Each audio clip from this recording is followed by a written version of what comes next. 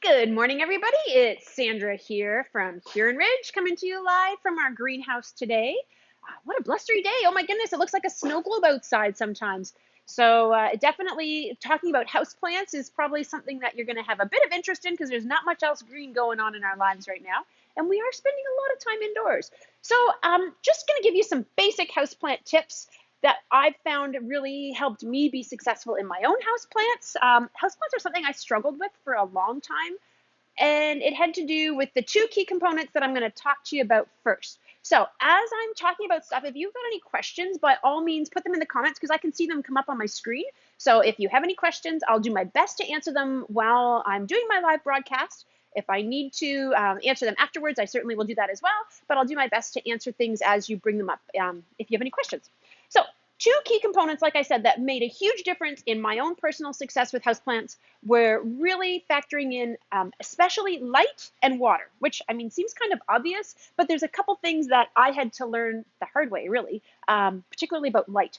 So when you're picking a houseplant to put in your house, you can go about it two ways. You can pick the plant and then find the location that suits it, or if you have a particular spot that you want something, and so you've got the location in mind, then you really need to discern what kind of houseplant is best for that location. And light needs for plants are all different. So I can't give you a general rule. You're going to have to do some research. There is so much online right now that's available, some really good resources out there that will help you know what your light requirements for your plants are. I've brought a few different things along to kind of talk about as far as light goes. One thing that really helped me was this little app called Flourish. Now, I think it's only an iPhone app, so if you're an Android user, my apologies, but I'm just going to flip my screen here to show you what the app page looks like. It's called Flourish, okay? And there it goes. Looks like that.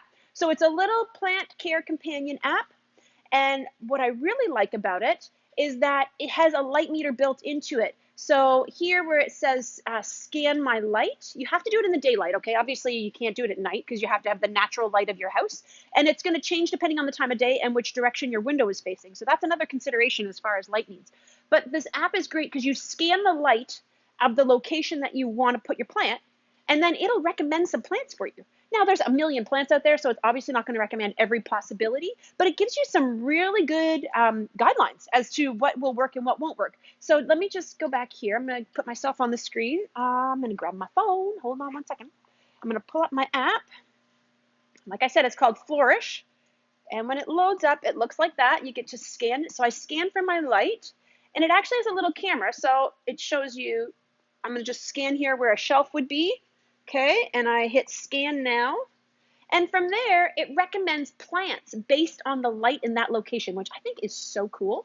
Like I said, there's way more plants in the world than what it's recommending, but it gives you a really good starting point, especially if you're new to houseplants and you're not real familiar with what works where. I just say try it out. It's pretty cool. And then it also gives you more information about those plants. So that's your key thing. Now, if you have bought a plant and you put it in a spot where it doesn't have enough light, there is another alternative for you, and that is to give it a grow light, which I know people are kind of intimidated by grow lights, but honestly, it's the easiest thing. So I have a grow light home because I made this mistake.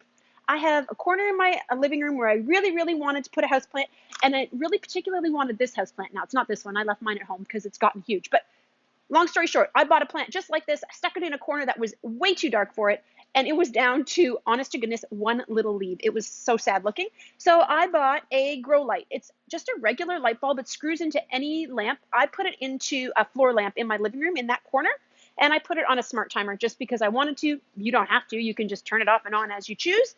But I put my grow light into regular light, stuck it above this flower, this plant, this calathea, and mine is now, it's huge. It's so big. And I have to turn it every so often because it grows towards that grow light, which is kind of the whole point. But it's really super cool. So light is a huge consideration when you're picking your houseplants. If you don't have enough, you can add artificial. If you have too much, which is very rare, especially in Ontario this time of year. But if you do have too much, you can just simply move it further away from the window. It's amazing how much light falls off. You don't have to get very far from a window for the amount of light that you're getting from that window to change exponentially. So that's really a consideration. And the worst part is you see in magazines or Pinterest or Instagram, wherever, all these beautiful houseplants in like the corner of a living room. it's just not possible for that plant to grow in that location sometimes. They stage things, of course, to make it look like good for the photos, but it gives us an unrealistic expectation of what can grow where. So that's really important, to really know how much light you have and what can grow there. Okay, so that, I think we've covered light. I think you've got it, the gist of that. The second thing is to think about water and to really learn how much water your plants need.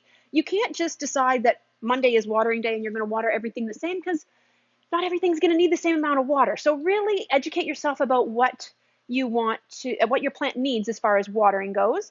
And the second thing I would mention as a component of watering is fertilizer. So we use a liquid plant fertilizer for houseplants. Works awesome. You just put the drippers into, you have to read the directions as far as concentration goes, put the fertilizer into the watering can, water just as regular. But I would caution you this time of year not to over-fertilize. And if you do over-fertilize, you can end up with brown edges on your edges of your leaves, because it's just too much nutrients for the plants. They're really not growing much this time of year. It's kind of a dormant season for them. And again, that also speaks to water. You probably don't need to water as much right now as what you would in the summertime. Unless, I mean, everybody's house is different. So humidity also factors in. If your house is really dry, your plants are going to dry out quicker, etc. So you really just have to monitor things. Important thing about checking for water is you can't just touch the top of the soil to see if it's dry, because especially in the wintertime, the top of the soil will dry out quite quickly. You really need to stick your finger down in there to see if it's dry. And this one's actually pretty good because there's still some wetness down there in the soil, but you need to really dig in there to find out. You can also buy water meters. Not necessary, but if you're struggling with moisture and you have some questions about that, you might want to consider that, especially if you've got a plant that's maybe a little more finicky, like fiddle leaf figs, I think, are a little more finicky as far as watering goes. And check out the big guys behind me. Aren't they amazing? Those have been in the greenhouse now for a couple years. They're huge. They're doing so awesome. But yeah, they're a little bit more particular about moisture. So those are the two biggest components you're going to have in having successful houseplants: light and water. So those, you really have to know your plants. Okay, so yellowing leaves, if you get yellow leaves, they can be a sign. It's usually a sign of water stress. So either too much or too little water. I mean, eventually leaves do brown off and die, but if you're getting a lot of yellowing leaves, you probably have a watering issue. Okay, so that's definitely something to consider. Overwatered plants, if you really overwater something and leave it sitting in water, it eliminates the oxygen that's available to the root structure of your plant in the pot, and it will actually die. So overwatering can be as bad or worse than underwatering, actually. So one thing that, as part of that component, I wanted to just mention is that you may want to consider, when you get a decorative pot, to leave your grower's pot inside there. It makes it a lot easier to care for your plant. If you overwater it, you can take it out of that container, no problem. The other thing that we sometimes do is, especially if you've got a buildup of fertilizer, is if you run clear water through this plant in the sink and let it drain out, it'll get rid of any buildup of any of that. So again, if it's not in a grower's pot, you can't really do that very well if it's planted in here. Now, I do have some plants planted right in my decorative pots at home, but I have to be more particular about monitoring their moisture. It's harder. It's just harder. So it's really up to you. You can plant them directly in these. It'll grow. But you do want to monitor it a little more carefully, because you don't have that forgiveness of being able to take it out of that decorative pot the same way. And it's a little bit hard sometimes, especially with the 6-inch ones, to find pots that they fit in, but you can do it. You just have to have an eye out. We do have some of each size on our website. And if you have questions, within our website, there's a chat little button at the bottom, and I can answer questions about whether a certain plant fits in a certain decorative pot. That's not a big deal. I can do that on the fly. So yeah, if you've got any questions about that. The other thing this time of year that you're going to need to do is dust your plants. They do get a buildup of dust. They do here in the greenhouse as well. And that affects the amount of photosynthesis that can happen in your leaves. So you want to keep your plants clean. A couple ways to do it. And honestly, the easiest way is probably just to get a rag with some warm water and just like literally, hold on a second here, just wipe the leaves down. Now you're going to want to support the leaf structure so that you don't damage it. But you're just going to honestly just wipe it, which maybe is kind of a boring job, but we got lots of time these days, hanging out at home, washing my plants, having all kinds of fun. And it gets to be a little more tedious sometimes when you get a plant that has a lot of small leaves, like, for example, my ZZ plant, which, by the way, is an awesome, extremely low light needed plant. So if you have a really dark area of your house and you want something green to grow in it, ZZ plant. #1 recommendation. Okay, so these guys, you can certainly wipe each leaf in down individually. No problem there. It's just going to take you a little longer. The other thing that you can do, and you have to do this carefully, is put them in your shower and give them a little wash. If it's in a pot like this, again, not such a big deal because the water that's extra can just drain out. If you have it in a decorative pot, you're gonna have to really be careful. You may wanna like cover the base of it with some plastic so that you don't have extra runoff into there, or you might wanna hold it sideways as you wash it. You're gonna have some dirt fall out of your pot, but whatever. But you do wanna be careful that you don't, again, leave it sitting in water. ZZ plants are a very low maintenance plant because they need very little water and very little light. I've actually read somewhere that they can go like literally months without being watered. They probably aren't going to flourish if you do that, but they're the kind of plant that you water once a week or once every couple weeks, and it's going to do just fine. I have a giant one at home in a planter sitting kind of by my piano. It's at a north window, so it gets not much light, and it does beautifully. I water it, I don't know, every couple weeks. And it's really thriving and doing well. In the summertime, it gives me new shoots. It grows up new shoots. This time of year, it just kind of maintains its look, and that's really all I'm going for. So that is definitely a recommendation for somebody who's a new plant parent. I gave one to one of my nieces, Emily, for a bridal shower gift because I thought everybody needs a new plant for their new house. And when she's so in love with ZZ plants, I think she's come back and gifted about 4 or 5 of them because she just thinks they're so wonderful. I think it's the first houseplant she ever had real success with. So if you've struggled with them, by all means.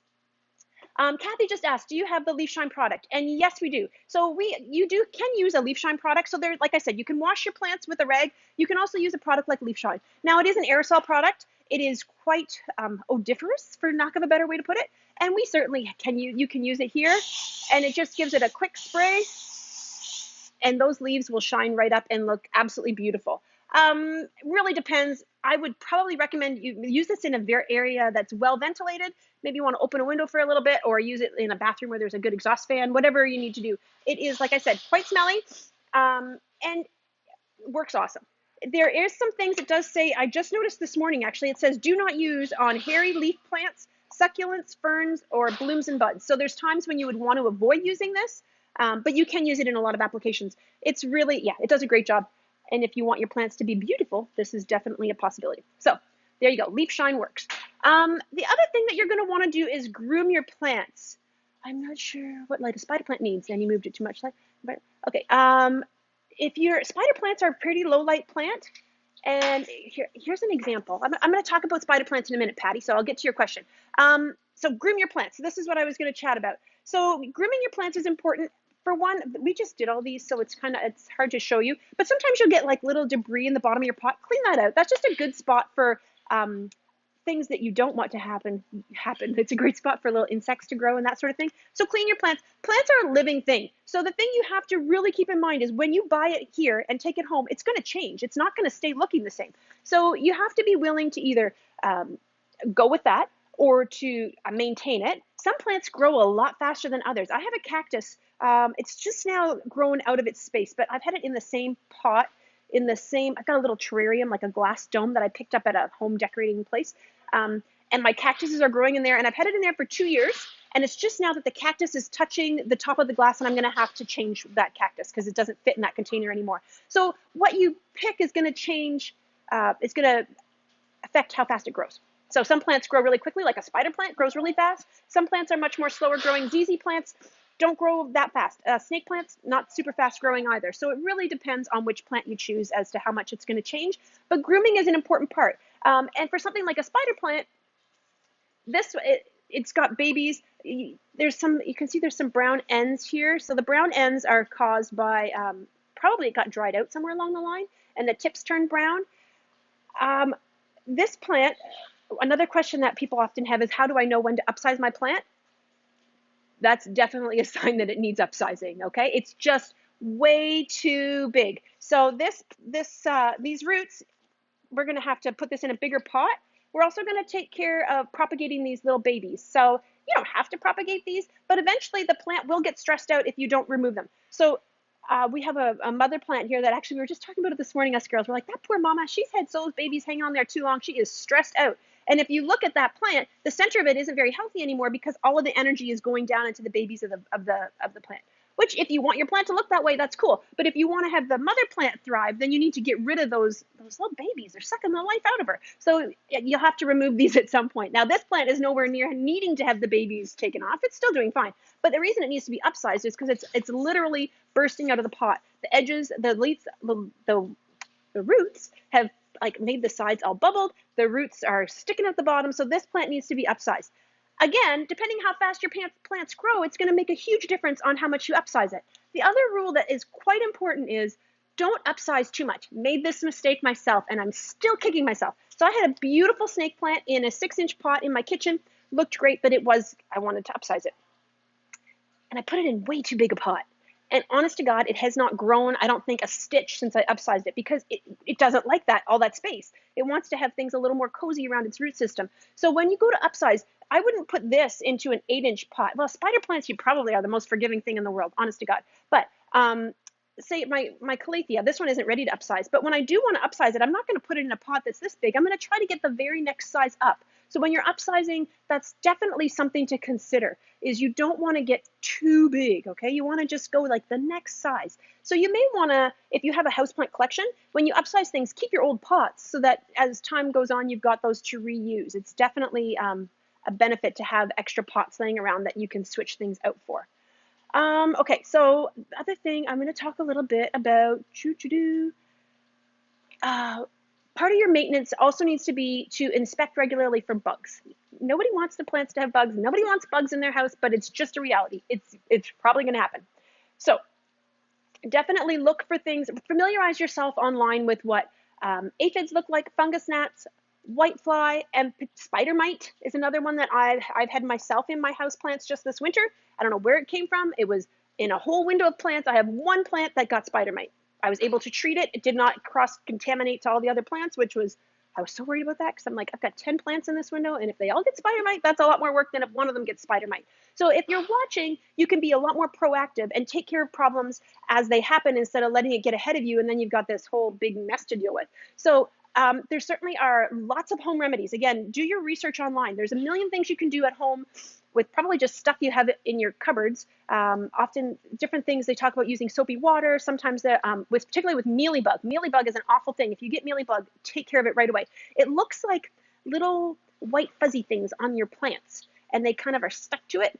And what you need to do with those is remove them with a cotton swab dipped in rubbing alcohol. Easiest thing to get rid of if you are proactive about it. If it gets ahead of you and you've got mealybug everywhere, it's a lot of work to individually cotton swab all those little white guys. If you've got 2 or 3, a lot easier to take care of. So again, it's really about maintenance and making sure that you are on top of things before they get ahead of you, okay? And don't be alarmed if you end up with bugs on your plants in your house. It's just one of those natural things.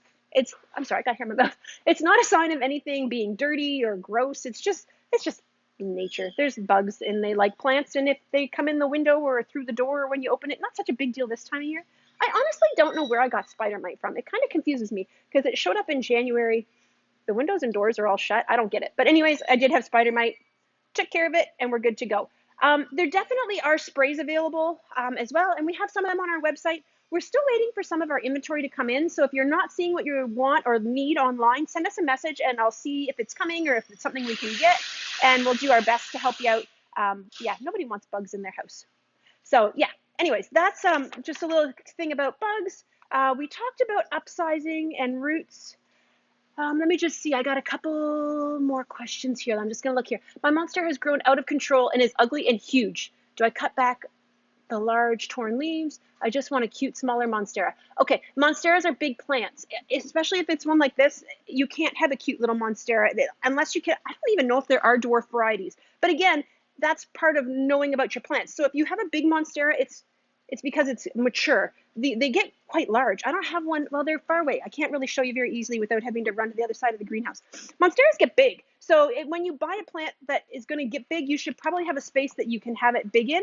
You can certainly, if you get dead leaves, absolutely cut them off. And that's something that we do here all the time, which is again why I don't have much to show you with that regard. But like this leaf here, for example, it's hiding underneath. It's got some brown spots on it. There's really nothing wrong with it, but if that were to all die, I'm going to cut that leaf off. I'm not going to leave that half dead foliage there. Now, hold on a second. I think I just got a monstera. I'm going to show you.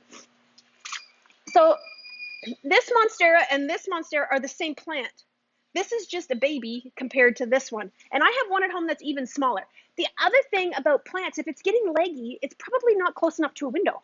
If it's getting like really long, see how this is fairly compact and there's little bits growing in here? That's how ideally it should look. I had one at home that is not as close to the window as it should be, and it's like this age, so it's a young like this guy, but it's got great big long leaves on it because it's too far away from the window. So that's another thing, Catherine, you might want to consider is where is it? If it's getting out of control and kind of ugly looking instead of being compact and full, it may be that it's not close enough to a light source. So definitely consider that, okay? Dum-dum. The other thing I wanted to just mention, I've had a few questions this week about what plants are pet friendly. So this is kind of a loaded question because it depends a bit on who you ask. I think that it's really important that everybody does their own research and decides based on knowing your pets and knowing your plants, what's a good fit for your home. Because some plants are mildly toxic or some plants are very toxic. You just really have to do your research.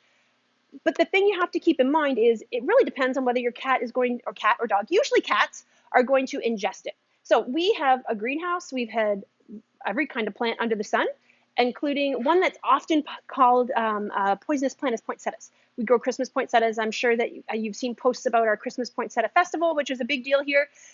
Thousands of poinsettias. We have always had house cats or greenhouse cats. And we don't have any right now, but for 40 years we had cats in the greenhouse. They never ever bothered the plants, the poinsettias. They just didn't. They didn't care. There's plants everywhere. They could care less. Even when we had kittens, they never bothered them. So they know what they would do? They would lie on them, which was definitely a problem, but it wasn't a toxic problem. And the other thing to keep in mind is how toxic something is. So yes, I'm not going to tell you that poinsettias aren't toxic at all because that wouldn't be exactly true. But in order for it to be toxic to a point of being dangerous, you would have to eat several poinsettia plants, like not a leaf, several plants, which they taste terrible. They're bitter as all get out. It's just not very likely. So it's really about educating yourself as to how toxic something is, and then if your animals are going to care. Like I said, we've had tons of toxic plants in the greenhouse as far as toxic goes if you're going to eat them, but our cats didn't care. So it wasn't an issue for us. But I really think it's important for everybody to make those decisions themselves because, yeah, you really just need to decide if it's going to be an issue for your family and your little furry friends. Hopefully your kids aren't eating plants, but you know, with this lockdown, anything is quite possible. So definitely do your research. And yeah, like Patty, you just have to know what's going to be an issue and what's not. Definitely, we used to grow green Easter lilies, and we had cats in the greenhouse. It was never an issue. But again, I guess it just depends on your animals and how careful you need to be. So exactly my point is to educate yourself, know your animals, know your plants. And I guess that really sums up kind of my houseplant little chat. It's all about I really think it's important to get to know your plants. And the other cool part about that Flourish app is it does let you, I think that's the app. There's a few different plant apps that I use, but pretty sure that one lets you catalog what you have and it'll kind of keep track of things. And it's a really great little tool. So definitely do some research, have some fun. We do have tons of houseplants online right now. And we're happy to answer any questions you have about them to the best of our ability. Sometimes you have to do a little bit of research because some questions are a little more difficult than others. And like I said, if you have any questions, shoot us an email, a direct message, and we'll be happy to help you out. And we hope that you are able to enjoy something green in your home this winter because it certainly is a little bit white outside, especially today. So thank you very much for joining me. And if you have any questions or any suggestions for future videos, please let me know. Thank you. Have a great day. Bye.